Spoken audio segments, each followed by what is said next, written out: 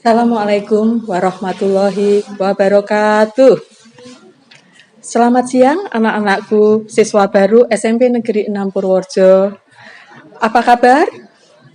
Semoga meskipun sudah siang, kalian masih tetap bersemangat dan dalam keadaan sehat walafiat. Perkenalkan, nama saya Ibu Mustati. Tugas saya di SMP Negeri 6 Purworejo yaitu sebagai guru bimbingan konseling yang nantinya akan membantu kalian apabila kalian memiliki masalah yang berkaitan dengan pribadinya, kemudian sosial, cita-cita atau karirnya di masa yang akan datang, dan yang paling penting adalah membantu kalian dalam masalah belajar. Pada kesempatan ini, dalam rangka pengenalan lingkungan sekolah, saya mendapatkan tugas untuk menyampaikan materi tentang cara belajar efektif.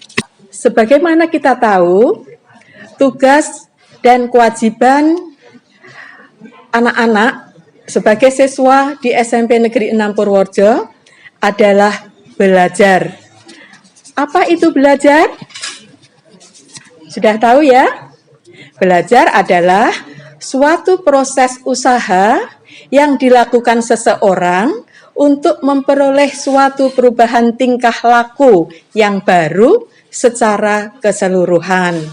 Sebagai hasil dari pengalamannya sendiri dalam toleransi terhadap lingkungannya. Lalu, perubahan seperti apa yang dimaksudkan dalam kegiatan belajar tersebut? Nah, ciri-ciri perubahan tingkah laku dalam pengertian belajar adalah perubahan terjadi secara sadar. Jadi, seseorang yang belajar akan menyadari terjadinya perubahan dalam dirinya. Misalnya, dari tidak tahu apa-apa, setelah belajar kalian menjadi tahu. Dari tidak bisa ya menjadi bisa dan sebagainya. Perubahan dalam belajar bersifat kontinu atau berkesinambungan ya dan akan berguna bagi proses belajar selanjutnya. Perubahan yang terjadi dalam belajar tersebut juga bersifat positif dan aktif. Jadi, perubahan yang terjadi akan bertambah lebih baik daripada sebelumnya. Misalnya, Anda menghafalkan lagu baru. Semakin kalian sering mendengarkan, semakin sering menirukan, lama-lama kalian akan hafal. Dan itu akan tahan lama dalam ingatan kalian. Selanjutnya, perubahan dalam belajar yang terjadi adalah bukannya bersifat sementara, tetapi menetap dan permanen. Contohnya dalam hitung-hitungan misalnya, 5 tambah 5 itu 10. Kemudian 4 kali 4 berapa? 16. Dan itu bersifat tetap, permanen. Termasuk juga rumus-rumus dalam IPA atau dalam matematika. Anak-anak, perubahan dalam belajar memiliki tujuan dan terarah. Berarti ada tujuan yang ingin dicapai dalam kegiatan belajar. Kalian akan merasa puas apabila tujuan tersebut bisa tercapai. Misalnya, besok ada ulangan IPS. Nah, sebelumnya kalian belajar, kemudian setelah ulangan kalian mendapatkan nilai 9 atau bahkan 10. Nah, kalian akan merasa puas karena nilai tersebut adalah nilai yang diharapkan. Yang terakhir, perubahan yang terjadi melalui belajar mencakup seluruh aspek. Apa saja itu? Aspek tingkah laku. Tingkah lakunya menjadi baik, terpuji. Sikapnya menjadi baik, tahu etika, tata krama, ya. Kemudian keterampilannya bertambah, pengetahuannya lebih luas dan sebagainya. Anak-anak, selanjutnya kalian harus membiasakan diri dalam belajar. Tiada hari tanpa belajar. Bagaimana caranya? Belajar harus dilakukan dengan berulang-ulang dan secara rutin dilakukan. Jangan hanya belajar kalau akan ada ulangan saja. Ya. Tempat belajarnya pun dipilih tempat yang tenang, nyaman, bebas dari gangguan. Misalnya di ruang khusus untuk belajar atau di kamar pribadi. Ya. Kemudian kapan waktu belajarnya? Waktu belajar tentunya disesuaikan dengan kondisi masing-masing siswa. Yang paling sering dilakukan kegiatan belajar adalah pada malam hari. Tetapi tidak menutup kemungkinan bisa juga dilakukan sore hari setelah mandi, atau mungkin siang hari sepulang sekolah, atau bahkan dini hari setelah sholat subuh atau setelah sholat tahajud. Biasanya kalau belajar dilakukan dini hari, ilmunya itu akan lebih cepat ditangkap, ya, dan lebih gampang untuk mengingat. Demikian. Kemudian alat pelajarannya itu harus disiapkan dengan baik. Penerangannya cukup.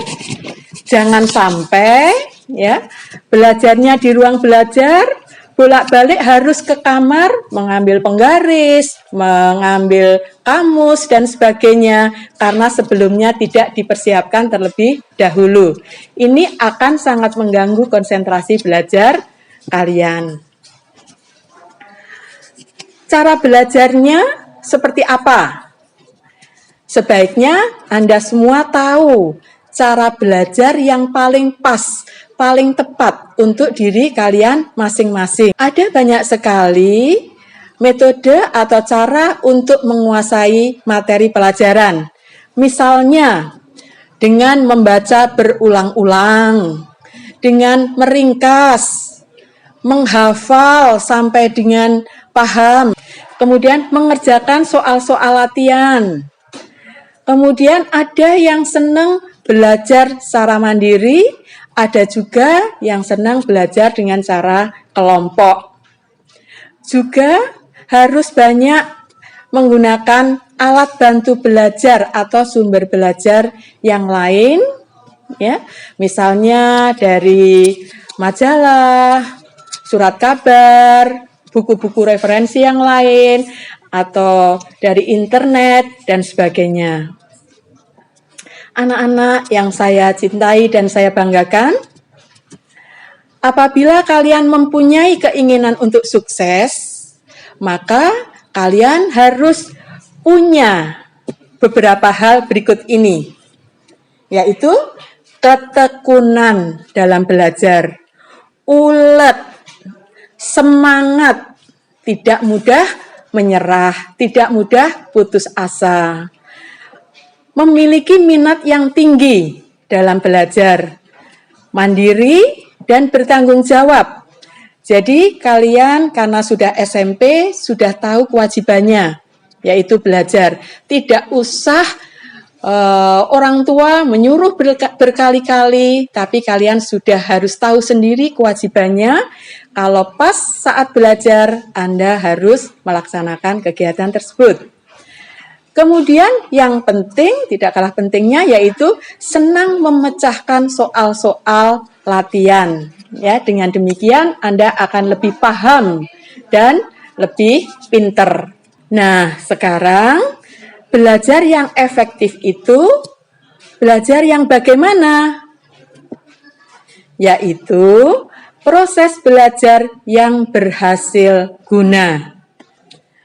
Proses pembelajarannya mampu memberikan pemahaman, kecerdasan, ketekunan, kesempatan, dan mutu atau kualitasnya lebih baik, serta dapat memberikan perubahan perilaku yang dapat diterapkan dalam kehidupan sehari-hari.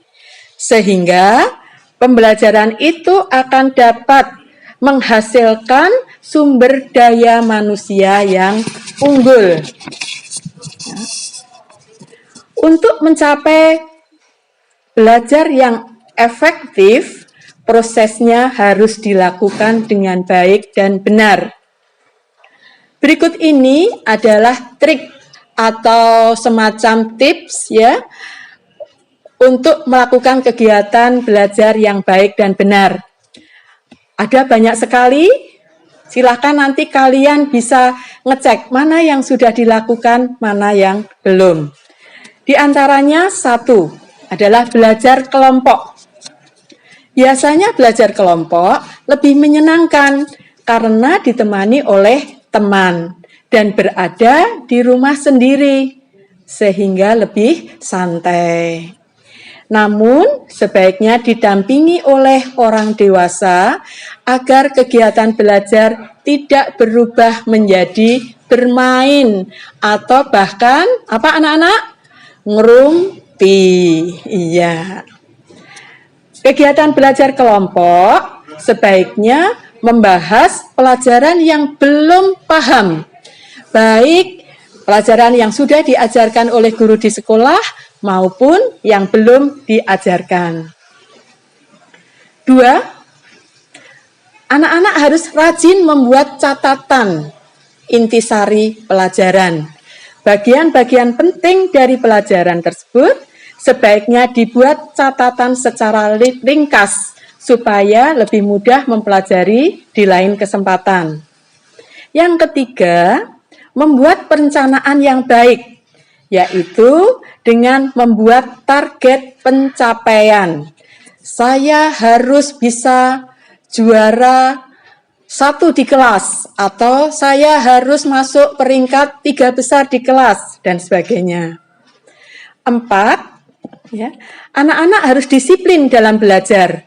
Tepati waktu dan jadwal belajar yang sudah dibuat. 5, tidak malu bertanya dan sebaliknya memberi jawaban apabila ditanya. Ya. Kalau memang materi pelajaran belum bisa dikuasai, belum jelas, silahkan Anda tanyakan kepada guru, teman yang pinter, atau mungkin kakak, atau siapapun yang bisa membantu. Nomor 6, belajar harus dengan serius dan tekun. Jangan nyambi nonton TV, nyambi WA-an, atau nyambi yang lain. Jangan lupa catat hal-hal penting dan pelajari kembali sambil dimengerti. Nomor 7, hindari belajar berlebihan atau istilahnya apa ya? SKS, sistem kebut semalam. Karena tidak pernah belajar, ketika mau ujian atau mau ulangan, panik. Sehingga malam harinya belajar sampai larut malam. Dan itu tidak baik, karena belajar harus sedikit demi sedikit tetapi secara rutin. Seperti kalau kalian makan, sesendok demi sesendok dikunyah, lalu dimasukkan ke perut. Tidak langsung 1 centong masuk ke mulut, ya kan nggak bisa ngunyah ya. Demikian juga untuk belajar, harus sedikit demi sedikit tetapi rutin. Berikutnya nomor 8, kalian harus jujur dalam mengerjakan ulangan atau ujian. Hindari mencontek atau curang, karena akan merugikan dirimu sendiri. Lagi pula, belum tentu yang dicontoh itu dari temanmu itu jawabannya benar. Ya. Kemudian nomor 9, selalu mendengarkan, memperhatikan penjelasan dengan baik, ya, penjelasan dari guru. dengan baik.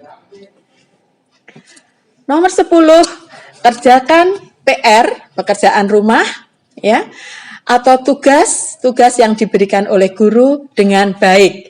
Jangan malas, jangan suka menunda pekerjaan. Nanti jadinya malah menumpuk, akhirnya lupa. Nomor 11, selalu mengulang pelajaran yang sudah diajarkan agar tetap siap apabila ada ulangan sewaktu-waktu secara mendadak. Berikutnya nomor 13, hendaknya kalian cukup istirahat, makan, dan bermain. Semua ini dilakukan secara berimbang. Terlalu banyak makan, nanti mudah ngantuk. Terlalu banyak bermain, ya, badan lelah, belajar kurang nyaman. Jadi harus berimbang antara istirahat, makan, bermain, dan belajar.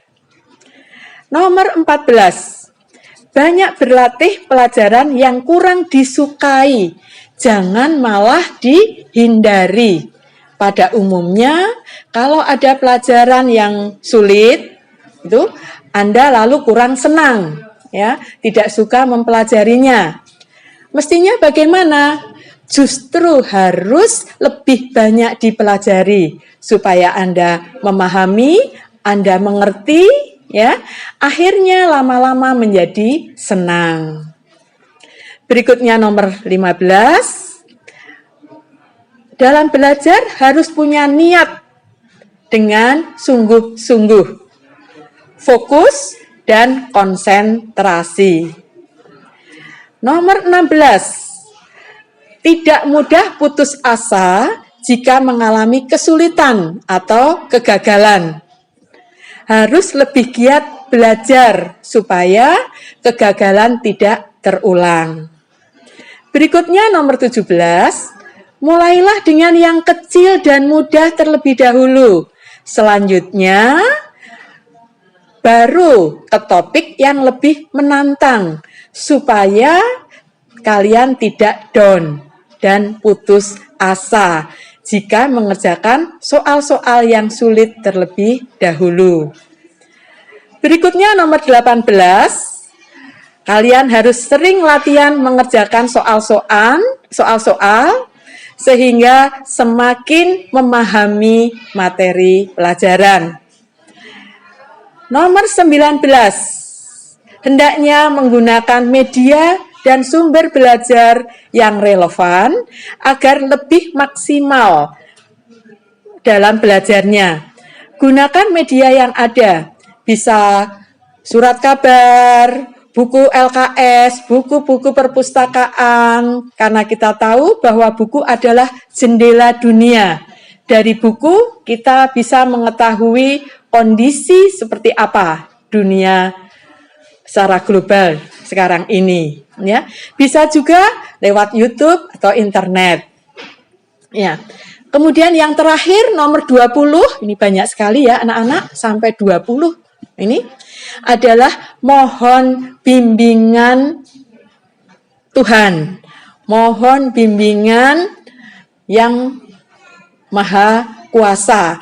Karena apapun bentuk kegiatan kita, apapun yang akan kita lakukan, semuanya Tuhanlah nantinya yang akan menentukan hasilnya.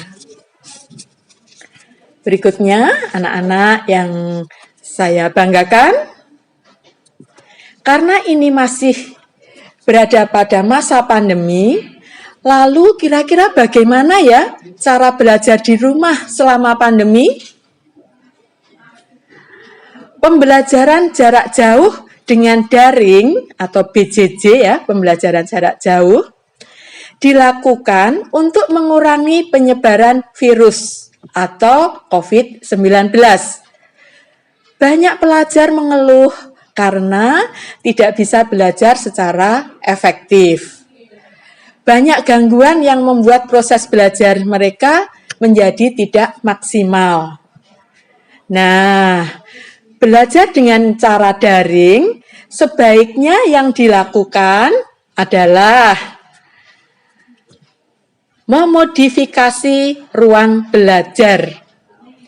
Usahakan tempat belajar terpisah dengan kamar tidur untuk mengurangi rasa malas karena ingin rebahan di tempat tidur, belajarnya sambil tiduran. Ini kurang bagus.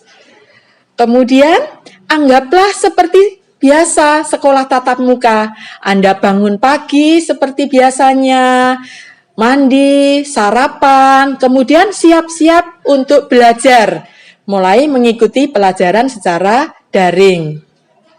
Berikutnya, berkomunikasilah dengan orang-orang lain di rumah.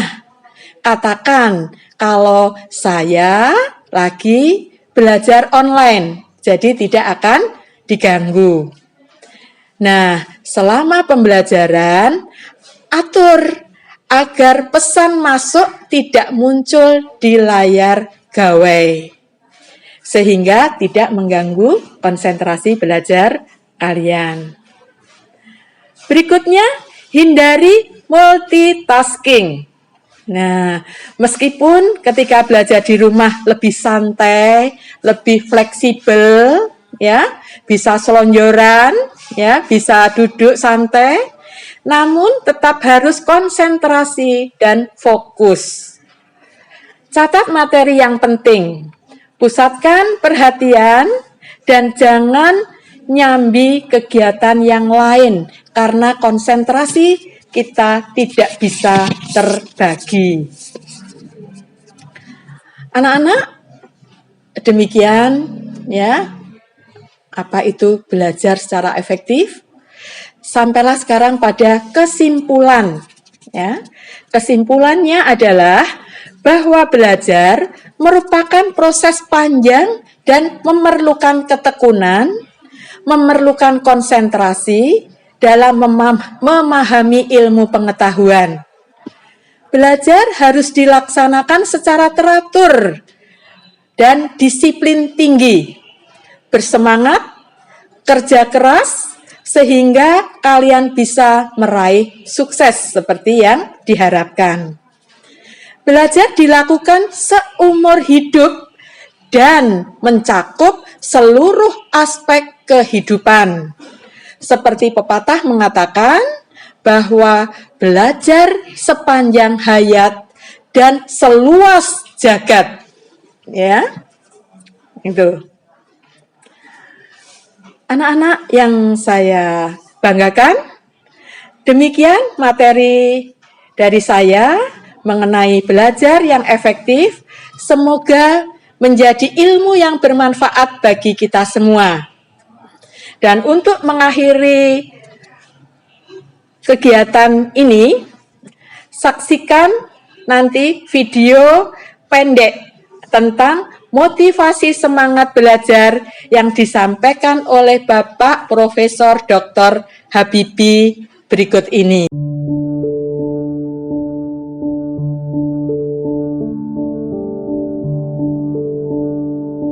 Saya tidak pernah tidak bekerja loh. Kalau orang pernah tanya sama saya, Pak Habibie, kamu kok bisa begitu? Mentalitas apa itu? Saya mentalitas sepeda. Kalau Anda naik sepeda, Anda berhenti, Anda jatuh. Jadi kalau saya berhenti bekerja, saya mati. Umur 80. Kalau ditanya Habibie umur berapa? 90 kurang 10. Tapi jiwanya 17 tahun. Tidak ada bedanya. Saya umur 80 tahun. Kenapa?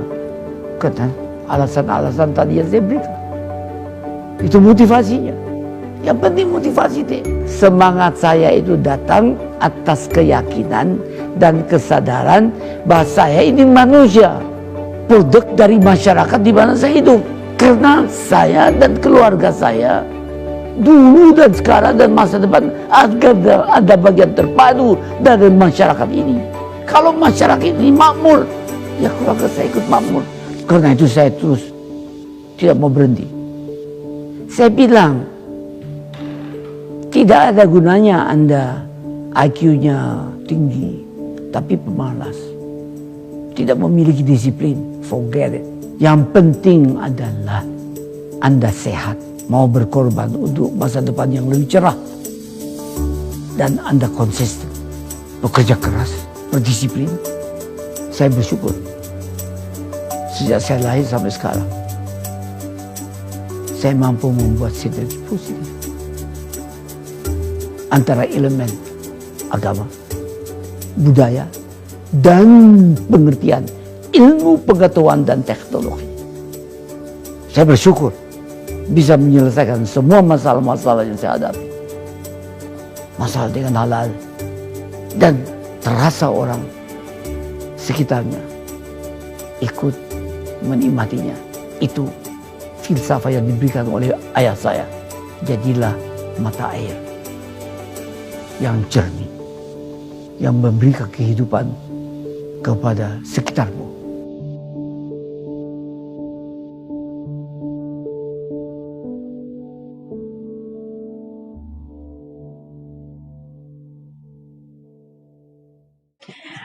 Demikian anak-anak, ada kurang lebihnya mohon maaf. Wabillahi taufik wal hidayah. Wassalamualaikum warahmatullahi wabarakatuh.